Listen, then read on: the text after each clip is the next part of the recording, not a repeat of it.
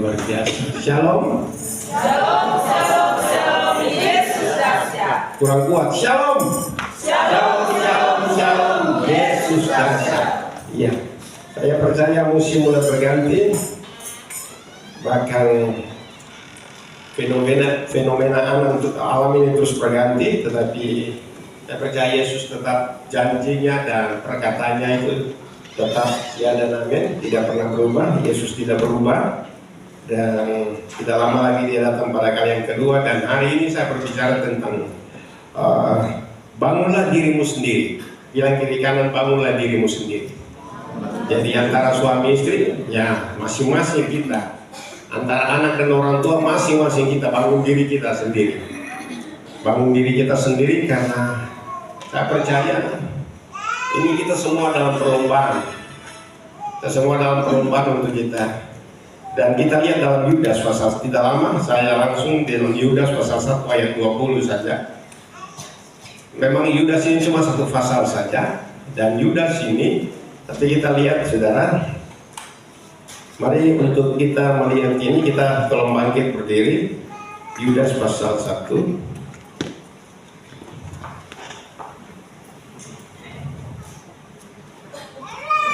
ayat 20. Saya hitung sampai hitungan yang ketiga, kita baca bersama-sama. 1, 2, 3. Akan tetapi kamu, saudara-saudara yang kekasih, bangunlah dirimu sendiri di atas dasar imanmu yang paling suci dan berdoalah dalam Roh Kudus. Terima kasih saudara, kita akan duduk kembali. Dan saudara, kita kalau pelajari saudara, Yudas ini dan Yakobus ini saudara tiri daripada Yesus. Saudara tiri daripada Yesus sehingga mereka tidak mengaku secara kenyataan saudara, itu mereka tidak mengakui Yesus itu anak Allah. Yesus itu anak Allah. Tetapi betulkah Yesus itu bukan anak Allah? Yesus kan betul anak Allah kan? Amin. Karena waktu itu Maria dalam keadaan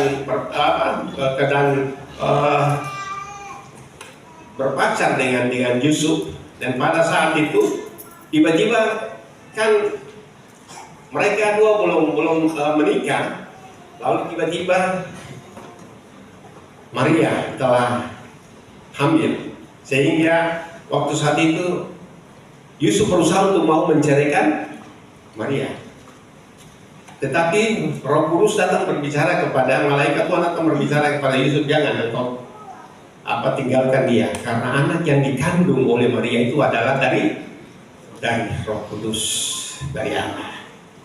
Tapi ini tidak diketahui, ini diketahui oleh Maria, diketahui oleh Yusuf, tapi tidak diketahui oleh setelah itu Yesus lahir, lalu Yesus ibu Maria ini melahirkan anak-anak yang lain, termasuk Yudas ini dan Yakobus. Nah kita lihat saudara, kita lihat sepintas saja, kita lihat supaya kita mengerti ayat yang pertama dari pembacaan kita, ayat yang pertama dari pembacaan kita itu, coba tolong satu kekasih baca.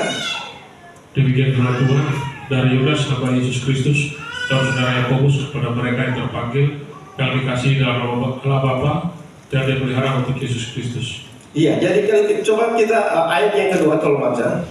Rahmat, damai sejahtera dan kasih kiranya melimpahi kamu. Ya, ini salam ini kalau kita pelajari saudara, dia cuma bilang dia hamba Kristus, bukan hamba Yesus Kristus.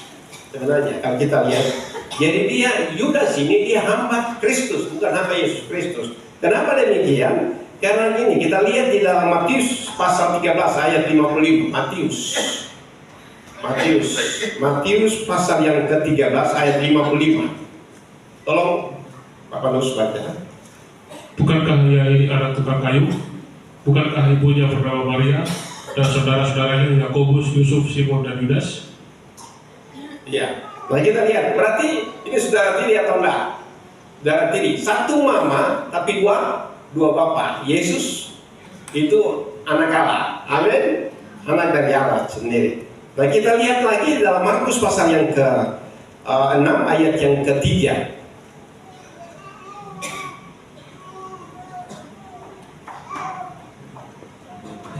Bukankah ia ini tukang kayu, anak Maria, saudara Yakobus, Yoses, Yudas dan Simon, dan bukankah saudara-saudaranya yang perempuan ada bersama kita? Lalu mereka kecewa dan menolak dia. Jadi mereka kecewa dan menolak dia. Memang seorang hamba itu kadang tidak dihargai di dalam rumahnya sendiri. Karena Yesus bilang begitu, memang seorang hamba, seorang nabi tidak dihargai di negerinya sendiri. Dan itu dialami, saudara, hari-hari terakhir. Nah, kita lihat, saudara, kita lihat di ayat yang ke-23, 20 ini, kita lihat bahwa di situ dia katakan bahwa akan tetapi kamu saudara-saudaraku yang kekasih, bangunlah dirimu sendiri di atas dasar imanmu yang paling suci dan berdoalah dalam Roh Kudus, saudara. Orang percaya karena Yesus Kristus harus memperhatikan hal iman yang teguh. Jadi orang percaya kepada Kristus itu harus memperhatikan, saudara, memperhatikan sungguh-sungguh iman yang teguh dalam melawan ajaran palsu yang hari-hari ini hari-hari kedatangan Tuhan ini sangat pencah di mana-mana. Sangat kita dengar di mana-mana.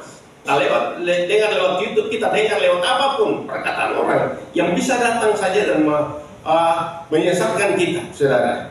Itu sebabnya kita lihat, saudara, bagaimana cara supaya kita bisa tidak tersesat. Yang pertama, saudara, dengan membangun diri kita sendiri dalam iman kita yang paling kudus. Iman yang paling kudus itu dalam arti, saudara, iman yang paling kudus itu ialah pernyataan firman yang saudara dengar dari Kristus dan para rasul. Firman yang sudah saudara dan saya dengar dari Kristus sendiri dan dari para rasul di dalam Alkitab. Makanya kita tidak bisa orang Kristen yang mau hidup kuat, yang mau punya iman kokoh, itu kalau saudara tidak baca firman pun saudara akan dibodohi oleh orang. Saudara akan dibodohi oleh orang, saudara. Dan ini sangat sedih. Kalau hari-hari terakhir ini, saudara, kita lihat ayat yang ketiga. Kita lihat ayat yang ketiga. Bapak Nus tolong baca ayat yang ketiga.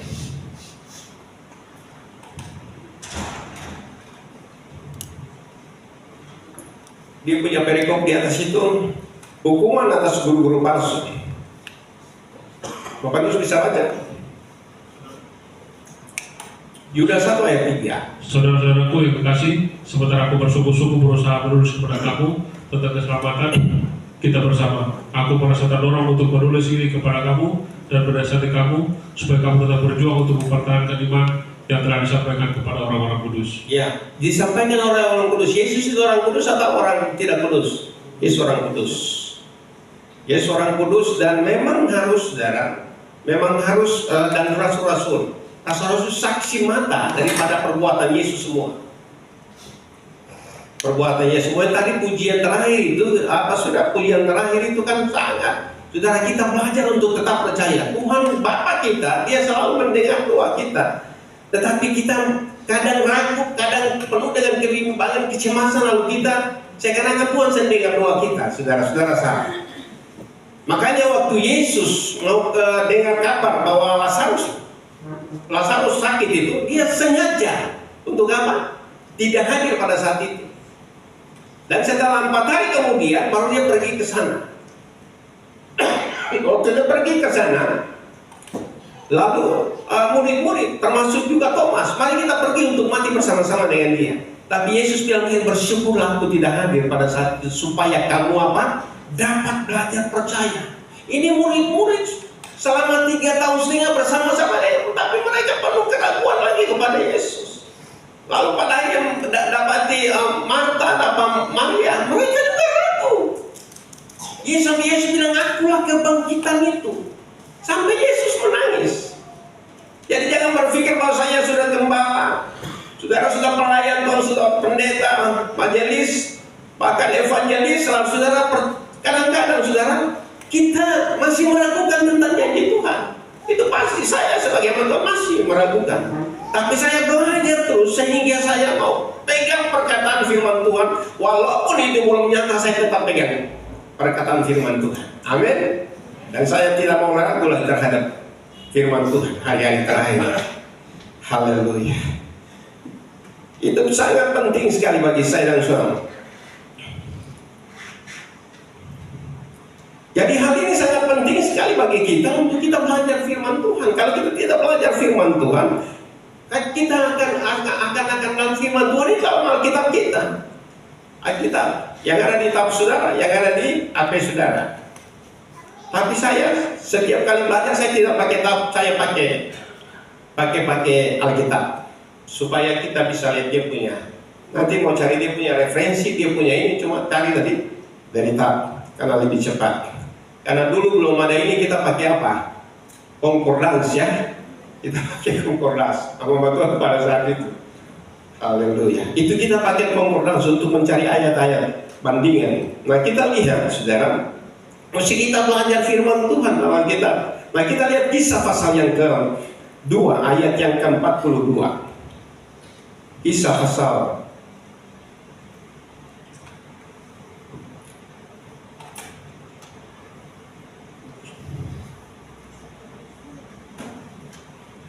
Mereka bertekun dalam pengajaran rasul-rasul. Ya, mereka bertekun dalam pengajaran rasul-rasul Dan persekutuan.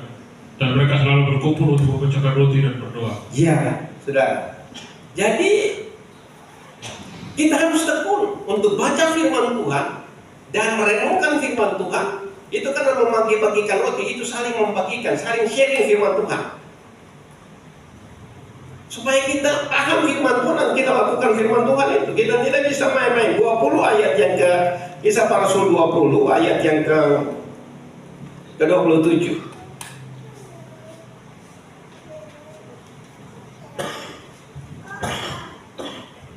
Sebab aku tidak lalai memberitakan seluruh maksud Allah kepadamu. Jadi rasul-rasul tidak lalai untuk terus. Sebab aku tidak lalai memberitakan seluruh apa? Maksud Allah kepada kamu. Jadi maksud Allah itu supaya kita mengerti kebenaran, supaya kita paham kebenaran. So, kalau kita tidak paham kebenaran, saudara, orang datang bawa kebenaran yang bukan kebenaran, kita terima. Kita sangat bisa disesatkan. Kita bisa sangat dibawa sehingga padanya kita meyakinkan mereka padahal bukan dari Tuhan. Makanya firman Tuhan bilang begini, Rasul Paulus dia bilang, Petrus dia bilang begini, Injil yang kami berita, kalau ada seorang lain datang untuk memberitakan Injil lain, walaupun dari malaikat sekalipun yang memberitakan Injil lain di luar Alkitab, ini apa? Terkutuk.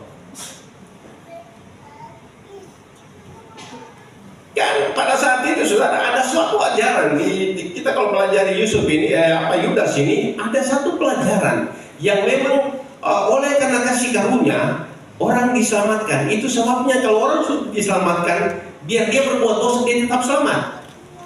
Kan begitu. Itu suatu ajaran. Makanya Yudas itu menulis itu dia terdorong untuk dia harus ingatkan hal ajaran sesat guru-guru palsu ini. Saudara. Makanya dia tegaskan di situ sehingga kita tidak bisa main-main. Kita harus serius, saudara. Nah kita lihat lagi 2 Timotius 2 ayat yang ke-15.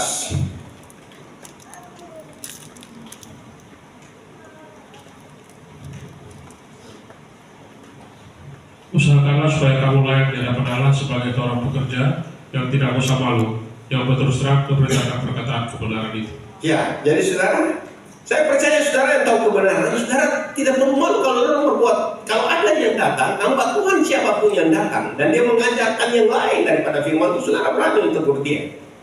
Amin. Usahakanlah supaya apa? Engkau layak di hadapan Allah. Engkau layak di hadapan Allah dalam arti apa? Kalau engkau lihat temanmu berbuat salah, tegur dia. Berarti engkau layak. Tapi kalau engkau sekokol lagi, malah terang. Yo kan dia begitu, kan iya kan dia begitu. Enggak perlu saudara. Amin. Saudara tuntun dia. Kalau dia punya masalah, saudara tuntun dia. Haleluya.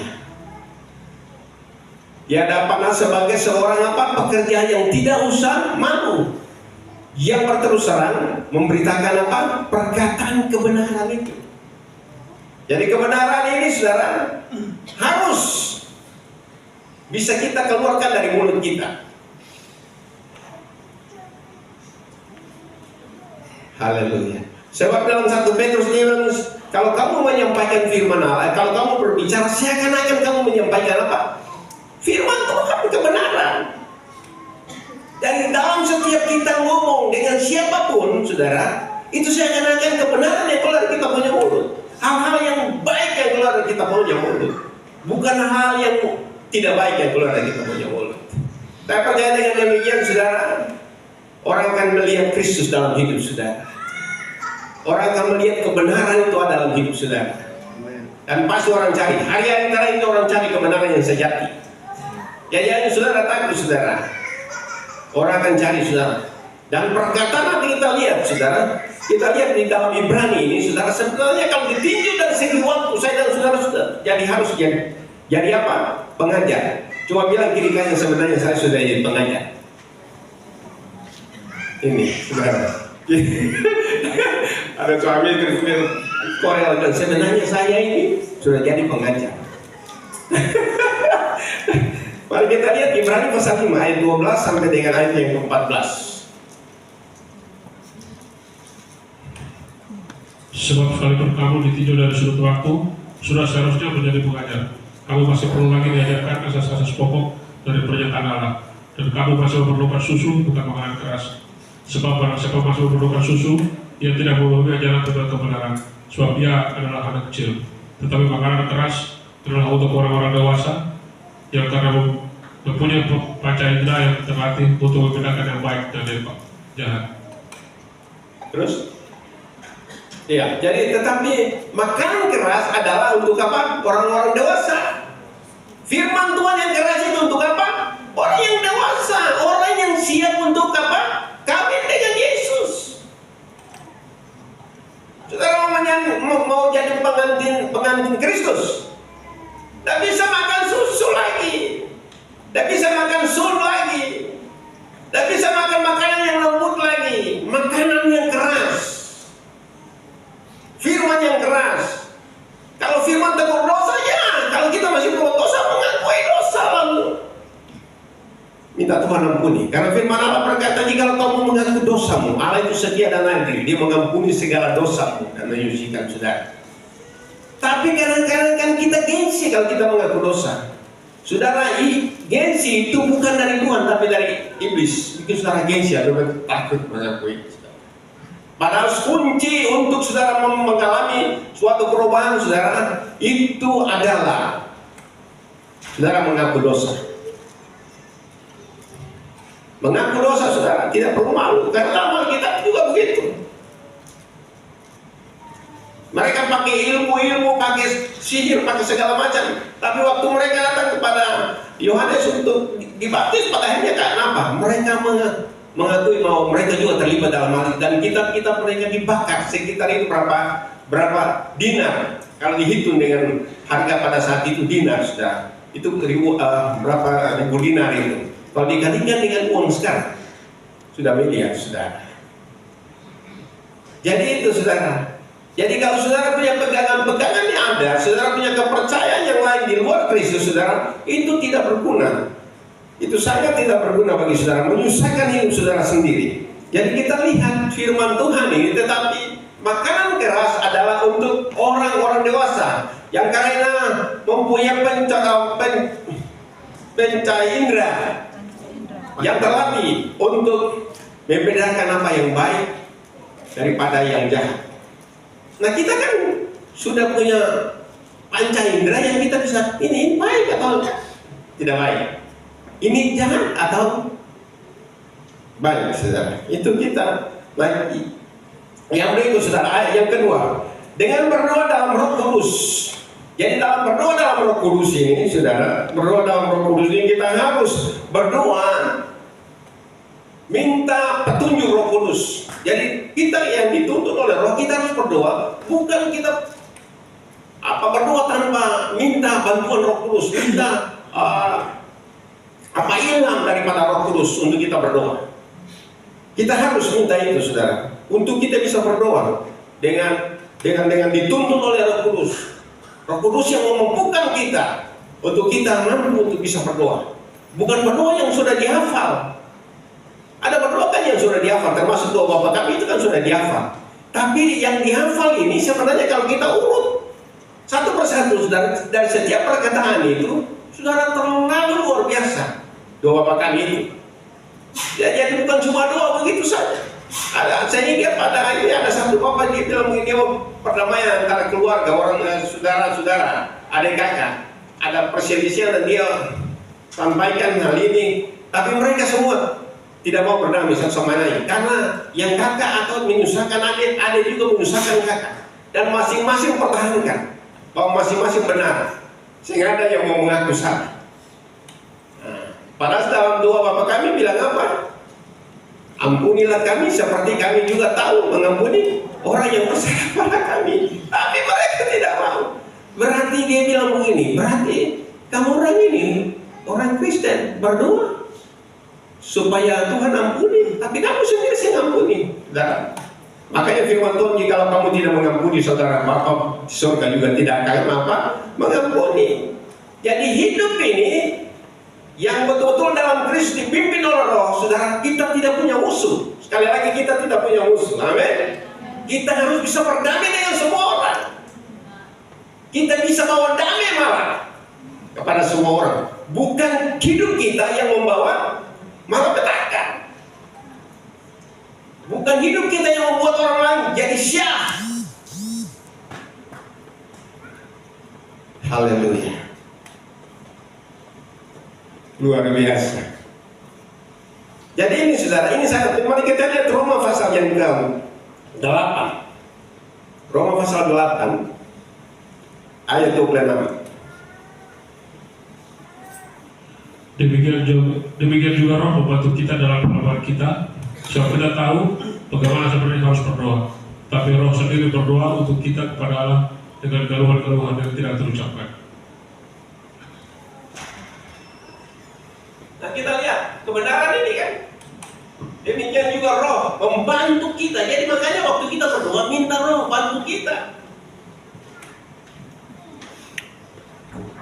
supaya Roh itu akan menuntun kita, sehingga kata-kata kita kata-kata yang memang dari Roh Kudus. Sementara kita menghadapi masalah, problema, tekanan dalam hidup ini, menghadapi usaha kita yang sementara ada dalam keadaan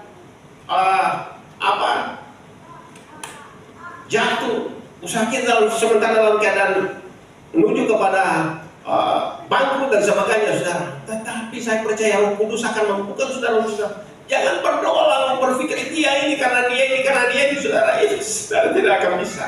Tidak perlu salahkan siapa. Lihat diri sendiri, perbaiki diri sendiri. Haleluya. Lalu hidup berpadanan dengan apa yang ada. Tidak bisa kita berusaha. Galatia pasal 5, pasal 4 ayat yang ke-6.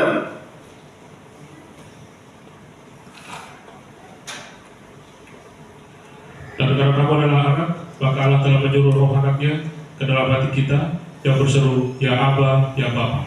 Jadi saudara, dan karena kamu adalah anak, maka Allah telah menyuruh Roh anaknya, Roh anaknya bagi Yesus, Roh Kristus, Roh yang ada dalam Yesus itu, saudara, sehingga kita bisa berseru, ya Aba, ya Bapa. Yesus kan panggil Bapa itu ya Aba, ya Bapa. Dan saya dan saudara sebagai anak-anak Allah, saudara daripada Yesus, kita juga layak untuk menyebut dia adalah Bapa.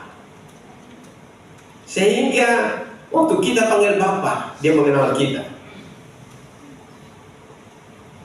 Dia mengenal kita, saudara. Sebab setiap orang, dasar daripada ada satu firman satu ayat itu saya ingat, saudara, Roh Kudus ingatkan saya, saudara, bahwa dasar yang diletakkan Allah teguh dan meteranya, Tuhan mengenal siapa kepunyanya.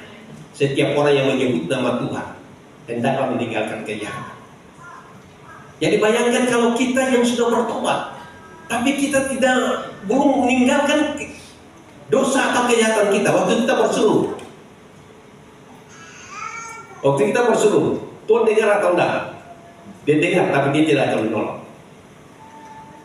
Dasar yang diletakkan Allah itu teguh dan meteranya, Tuhan mengenal siapa kepunyanya. Setiap orang yang menyebut nama Tuhan hendaklah tinggalkan kejahatan. Coba tampilkan ayat itu supaya kita sama-sama baca. Dan ini merupakan hal yang saudara saya dapat ingat, Roh Kudus ingatkan saya, makanya saya perlu sampaikan juga bagi saudara. Coba yang sudah dapat 2 Timotius ayat 16. ke-19. Bapak Nusa yang baca supaya kita semua lihat. Ya. Tetapi dasar yang diletakkan Allah itu teguh dan baterainya ialah Tuhan mengenal siapa kepunyaannya, dan setiap orang yang menyebut nama Tuhan hendaklah meninggalkan kejahatan. Amin. Jadi kejahatan itu, makanya di dalam Yesaya pasal 59, kalau di saat tangan Tuhan tidak kurang panjang untuk menolong kita, bahkan tadinya Tuhan tidak kurang tajam untuk mendengarkan apa? Doa kita, tapi yang merupakan pemisah antara Allah dan kita adalah dosa dan kejahatan. Halo? Saudara mau supaya saudara punya doa langsung didengar dan langsung dijawab? Bersihkan hidupmu dari segala dosa dan kejahatan. Haleluya. Dan ini sangat penting sekali bagi kita. Kita lihat lagi dalam Efesus pasal yang ke-6.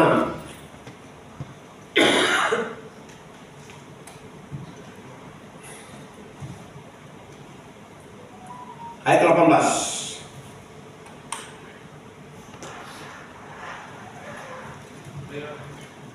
Hai anak-anak, taatilah orang tuamu di dalam Tuhan, karena haruslah demikian.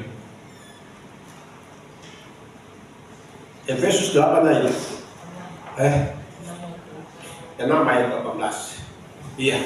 Kita lihat, dan karena kamu adalah anak, maka Allah telah menyuruh, bukan? Dalam segala doa dan permohonan, berdoalah setiap waktu di dalam roh dan berjaga-jagalah di dalam doamu itu dengan permohonan yang tak putus-putusnya untuk segala orang kudus. Jadi saudara, kita punya tugas berdoa untuk semua. Saya mengucap syukur bahwa jemaat tidak pernah dalam doa lupa saya. Untuk terus tetap berdoa bagi saya dan istri dan semua hamba Tuhan, semua pelayan Tuhan. Soalnya kalau kita masih bertahan sampai saat ini karena ada doa dari. Dan saudara, saya percaya juga kami sebagai hamba Tuhan itu tidak putus-putusnya kita berdoa bagi jemaat Tuhan. Bahkan bagi semua keluarga kita yang belum diselamatkan. Itu tugas kita, dan bukan cuma berdoa begitu dengan disertai tangisan, rakyat tangis, supaya kalau bisa Tuhan selamatkan keluarga kita sebelum Kau datang pada kali yang kedua. Selamatkan keluarga kita. Bagaimana caranya? Itu bukan urusan saudara. Amin. Tugas saudara untuk terus berdoa dan berdoa. Sebab begini, kita bisa berdoa dalam roh, dan kita juga bisa berdoa dalam akal budi kita. Dan ini firman Tuhan sudah ajarkan kita dalam 1 Korintus pasal 14 ayat yang ke-15. Coba tolong. 1 Korintus pasal 14. Jadi apakah yang harus kubuat? Ya. Aku akan berdoa dengan rohku. Aku akan berdoa dalam rohku. Tetapi aku akan berdoa juga dengan akal budiku. Ya. Aku akan menjadi dan memuji dengan rohku, tapi aku akan menjadi dan memuji juga dengan akal budiku. Jadi kita lihat, jadi apakah yang harus kubuat? Aku akan berdoa dengan rohku, tetapi aku akan berdoa juga dengan apa? Akal budiku. Aku akan menyanyi dan memuji dengan rohku, tetapi aku akan apa? Menyanyi dan memuji juga dengan akal budiku. Kan begitu. Biasanya kan ada dalam penyembahan kalau mulai kita bermazmur, kan dalam roh. Amin. Bermazmur dalam roh. Habis itu kita bisa berdoa juga dalam roh. Jadi waktu berdoa dalam roh, saudara, engkau. Dan nanti roh itu akan tuntun saudara untuk berdoa. Dan roh itu tahu air mata, tetesan air mata pun saja dia tahu apa keinginan hatimu yang saudara sampaikan kepada dia. Wow, Allah kita dahsyat. Amin. Tuhan kita dahsyat, Tuhan kita hebat, saudara. Lalu yang ketiga, saudara, dengan tetap tinggal di dalam kasih Kristus. Kita tetap tinggal dalam kasih Kristus. Ini kita tidak bisa main-main. Supaya kita bisa melihat kemuliaan Tuhan sebentar datang. Kita akan melihat kalau kita tetap tinggal dalam Kristus. Yohanes pasal 15 ayat yang ke, tolong bacakan ayat yang ke 9 sampai 10. Seperti Bapa telah mengasihi aku, demikianlah juga aku telah mengasihi kamu. Tinggallah dalam kasihku itu. Jikalau kamu menuruti perintahku, kamu akan tinggal di dalam kasihku, seperti aku menuruti perintah Bapakku dan tinggal di dalam kasihnya. Jadi ini luar biasa. Jikalau kamu menuruti perkataanku, kamu akan apa? Tinggal di dalam kasihku, seperti aku menuruti perintah Bapakku dan tinggal di dalam kasih Bapa. Amin. Jadi kalau kita mengikuti perintah yang Yesus sampaikan lewat Injil yang kita dengar, saudara, sama saja yang kita tinggal di dalam kasih Bapa. Jadi tetap tinggal dalam kasih Bapa. Jangan saudara bergeser keluar dari kasih Bapa. Sebab orang kalau keluar dari kasih Bapa, saudara, dia akan mengalami anak yang terhilang. Kan? Diminta dia pulang, dia pergi berfoya-foya sampai pada puncaknya, dia kehabisan semua. Mau makan apa? Makan babi saja, itu tidak diizinkan. Baru disitulah dia sadar. Tetapi kasih Bapa, waktu kembali, bapaknya menolak. Tidak, Bapa malah sambut dia, lari dan rangkul dia. Tapi anak ini dia tahu diri dan jangan apa? Jadikan aku anak, jadikan aku hamba saja. Tapi bapaknya bilang, tidak. Kau tetap anak. Biar kita punya anak nakal apapun, kita tidak bisa sebagai orang tua menyangkali. Saudara, saya lihat sementara Indonesia berdoa. Indonesia berdoa, dan saat itu Pak Gilbert dan juga hamba Tuhan yang luar biasa termasuk Kedile yang saudara mereka sampaikan. Saudara, ini saat dimana saudara mulai bangun hubungan antara orang tua dan anak. Setelah hubungan orang tua dan anak itu telah terbangun dengan baik, saya percaya bahwa rumah tangga akan kuat. Dia berpijak ke lingkungan akan kuat, dia berpijak ke gereja akan kuat. Tapi kita lihat hal yang terakhir, banyak anak-anak yang memberontak, saudara. Sebabnya kita berdoa sama-sama untuk Indonesia supaya orang Kristen betul-betul jadi orang Kristen yang utuh. Kalau umpama anak-anak yang telah berbuat salah, kita tetap akui mereka, kita punya anak. Kita rangkul mereka dengan kasih Bapa, dengan kasih Ibu. Rangkul mereka dengan kasih Bapa. Jangan mereka sudah dalam keadaan yang terburuk kalau kita tekankan mereka kembali. Kan begitu? Dan saya percaya hari-hari terakhir kita sungguh-sungguh, saudara. Yang keempat, dengan merindukan dan menantikan kedatangan Tuhan pada kali yang kedua. Ini sangat merindukan karena nanti setelah kedatangan Tuhan pada kali yang kedua, itu kita akan terangkat dan kita akan berpesta dengan Dia dan kita akan hidup kekal bersama dengan Dia. Ini yang sangat saudara kita nantikan. Kita lihat Yohanes pasal 14 ayat 2 dan 3.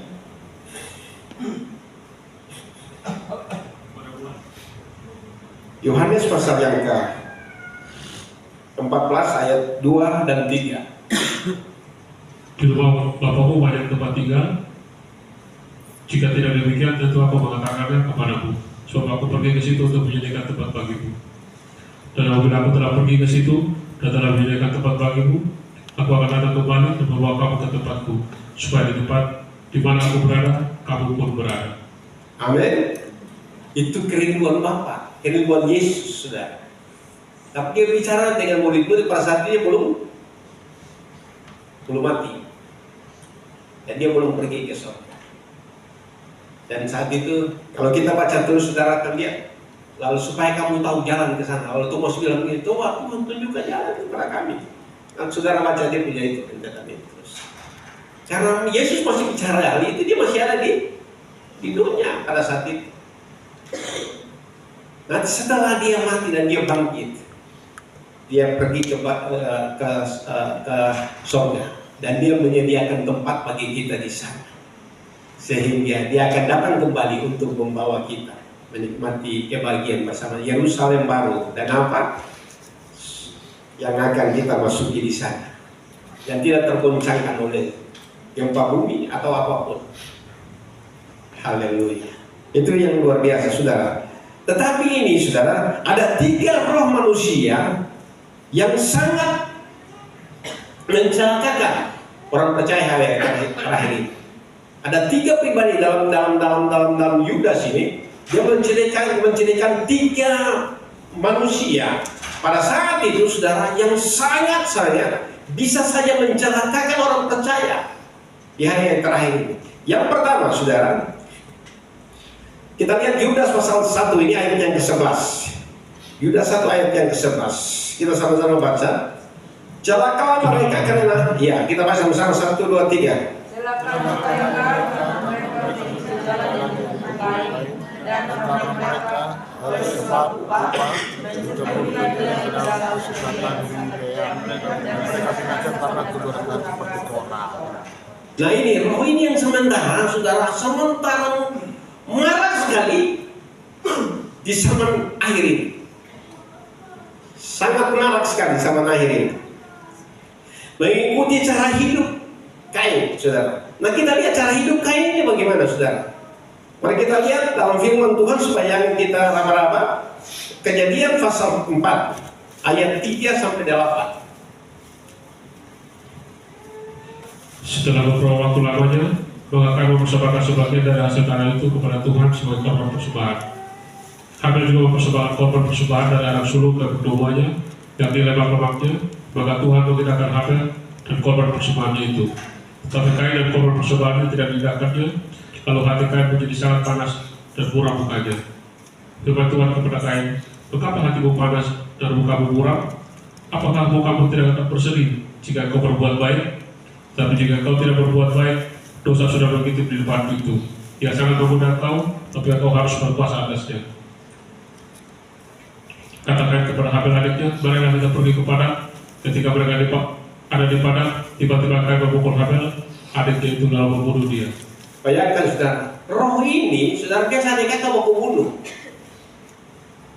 Sekarang kan banyak adik kakak yang mau kubunuh kan, tetapi sebelum itu sudah terjadi di zaman anak-anak Adam saat itu, Kain dan Habel. Biar adik kakak lain, tapi kadang-kadang tentang budel, tentang harta itu bisa membunuh. Biasa kalau orang tua terlalu memihak kepada yang satu, pasti yang kakak punya hati panas. Halo, dan roh ini sementara terjadi, saudara. Tapi mari kita terus ajarkan kita punya anak-anak, sehingga semua yang orang tua punya itu adalah anak-anak punya. Tapi harus bagi dengan jelas selagi masih, sehingga pada saat nanti orang tua tidak terjadi konflik antara harta yang orang tua siapkan bagi anak-anak. Karena ini sangat rentan sekali. Nah kita lihat lagi dalam Ibrani. Kalau kita lihat dalam Kejadian, dalam Perjanjian Lama, sekarang Perjanjian Baru, Ibrani 11 ayat yang keempat.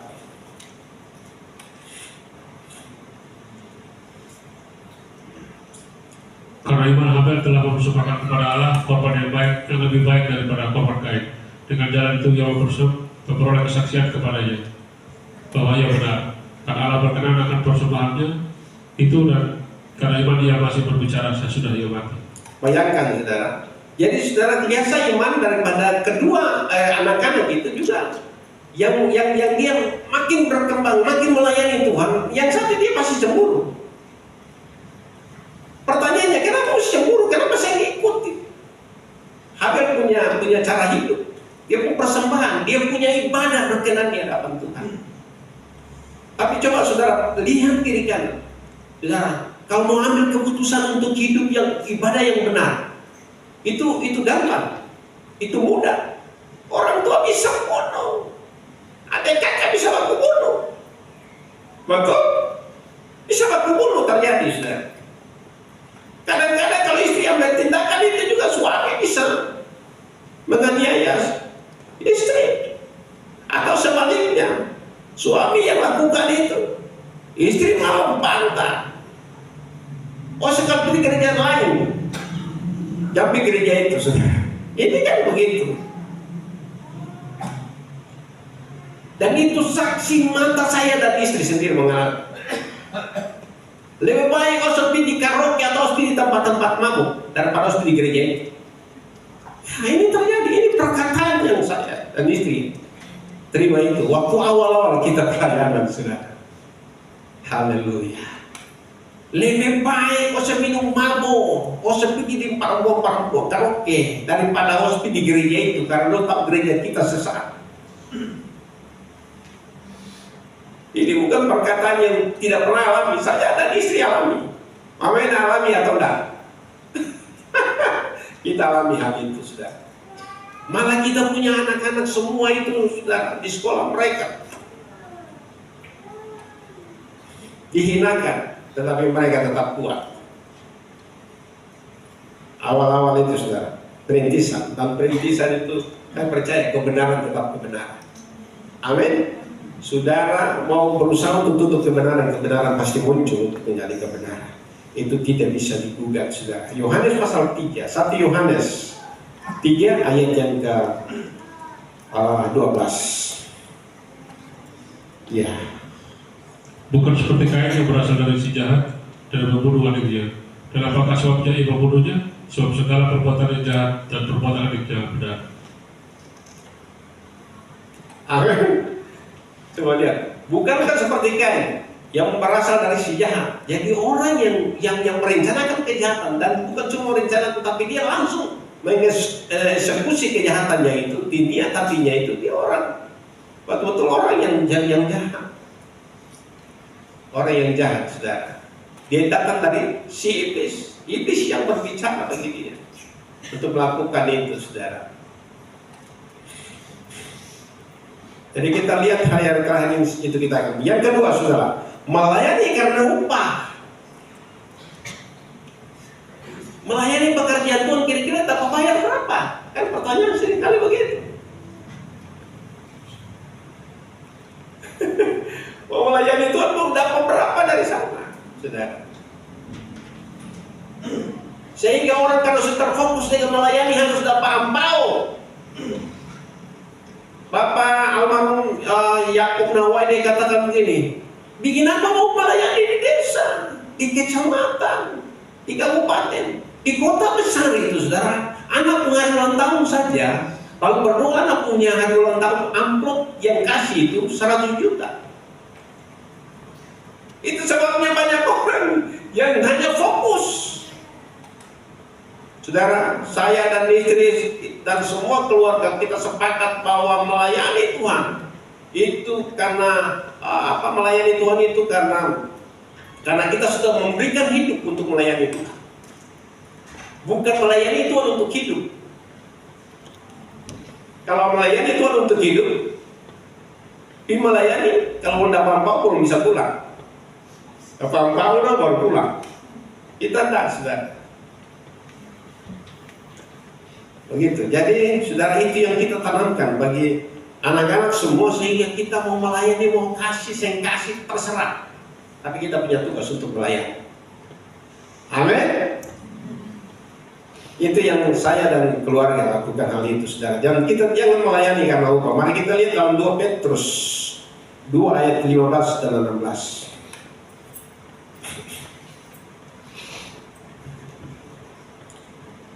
Tolong bacakan. Sudah baca? 2 Petrus 2 ayat 15 dan 16.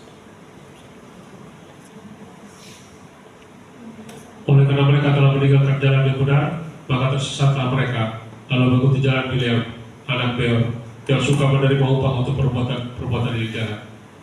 Tetapi Bileam melawan mereka terkeras untuk kejahatannya, sebab meledai beban yang bisu berbicara dengan suara manusia dan mencegah kebebalan Nabi itu. Ya, ayat 20 sampai 22. Angka ayat 20 sampai 22. Sebab jika mereka oleh pengenalan mereka akan Tuhan dan Juru Selamat kita Yesus Kristus telah melepaskan diri dari kecemaran dunia dan terlibat lagi di dalamnya, maka akhirnya keadaan mereka lebih buruk daripada yang semula. Karena itu bagi mereka adalah lebih baik jika mereka tidak pernah mengenal jalan kebenaran daripada mengenalnya, tetapi kemudian berbalik dari perintah kudus yang disampaikan kepada mereka. Saudara, lebih baik hamba-hamba Tuhan, anak Tuhan tidak tahu kebenaran sekali daripada sudah tahu kebenaran lalu dengan sengaja berbuat dosa dan terus hidup dalam dosa.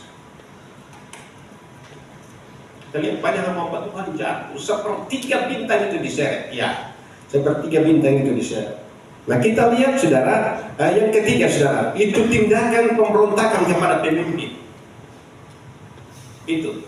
Jadi kita lihat saudara, ini Korah, ada 3 orang yang punya zat, Korah, Datan dan Abiram. Ini mereka memberontak kepada kepemimpinan siapa? Musa. Dan pada akhirnya kita melihat dalam Bilangan pasal yang ke-16 ayat 1 sampai 3 dan 31 sampai 35 di sini kita ketemu bahwa pada akhirnya saudara, Musa itu waktu Tuhan panggil dia menolak karena dia tidak tahu bicara. Tapi Tuhan tidak salah panggil. Tapi mereka memberontak. Mereka ini kaum Lewi. Mereka ini pelayan Tuhan. Lalu memberontak kepada Tuhan. Mari kita lihat saudara dalam Bilangan ini kita perlu baca supaya kita tahu bahwa memang Bilangan pasal 16 ayat 1 sampai 3, lalu langkah ayat 31 sampai 35. Tolong Bapak Nus. Korah bin Yishar bin Kehat bin Lewi beserta Datan dan Abiram anak-anak Eliab dan On bin Pelek, ketiganya orang Ruben, mengajak orang-orang untuk memberontak melawan Musa beserta 250 orang Israel. Pemimpin-pemimpin umat itu, yaitu orang-orang yang dipilih oleh rapat, semuanya orang-orang yang kenal banget. Maka mereka berkumpul menghubungi Musa dan Harun serta berkata kepada keduanya, sekarang cukuplah itu, segenap umat itu adalah orang-orang kudus dan Tuhan ada di tengah-tengah mereka. Mengapa kau meninggikan diri di atas jemaat Tuhan? Bayangkan saudara. Langkah langsung Bapak Nus di ayat 31 sampai 35. Baru saja ia selesai mengucapkan segala perkataan itu, maka terbenarlah tanah yang di bawah mereka. Dan bumi membuka mulutnya dan menelan mereka dengan seisi rumahnya dan dengan semua orang yang ada pada Korah dan dengan segala harta milik mereka. Demikianlah mereka dengan semua orang yang ada pada mereka turun hidup-hidup ke dalam bumi orang mati, dan bumi menutupi mereka sehingga mereka binasa dari tengah-tengah jemaah itu. Dan semua orang Israel yang sekeliling mereka berlarian mendengar teriak mereka, sebab kata mereka, jangan-jangan bumi menahan kita juga.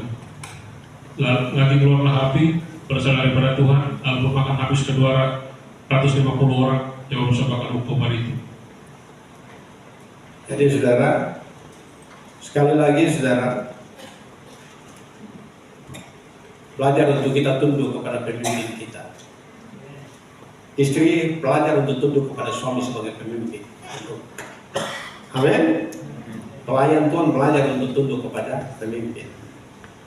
Ada pemimpin pemuda, remaja, sekolah minggu harus tunduk kepada mereka. Tunduk kepada mereka karena mereka telah dipilih dan ditetapkan untuk menjadi pelayan. Saudara harus dengar nasihat para majelis. Saudara harus dengar para para penginjil yang ada. Dengar mereka, nasihati mereka, dan jangan bantah saudara. Amin.